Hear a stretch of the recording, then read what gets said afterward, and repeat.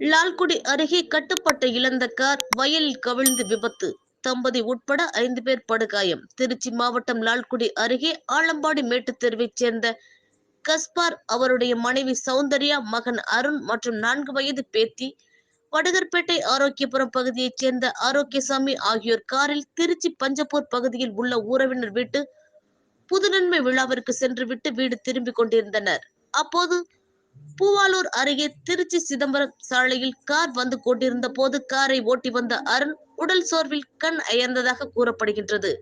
கட்டுப்பாட்டை இழந்த கார் தாறுமாறாக ஓடி சாலையோர வயலில் இறங்கி விபத்துக்குள்ளானது.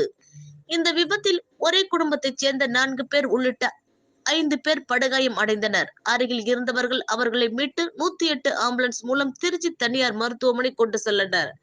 அங்கு அவர்கள் சிகிச்சைக்கு சேர்க்கப்பட்டனர். தகவல் அறிந்த லால்குடி போலீசார் சம்பவ இடத்திற்கு விரைந்து வந்து விசாரணை செய்து வருகின்றனர்.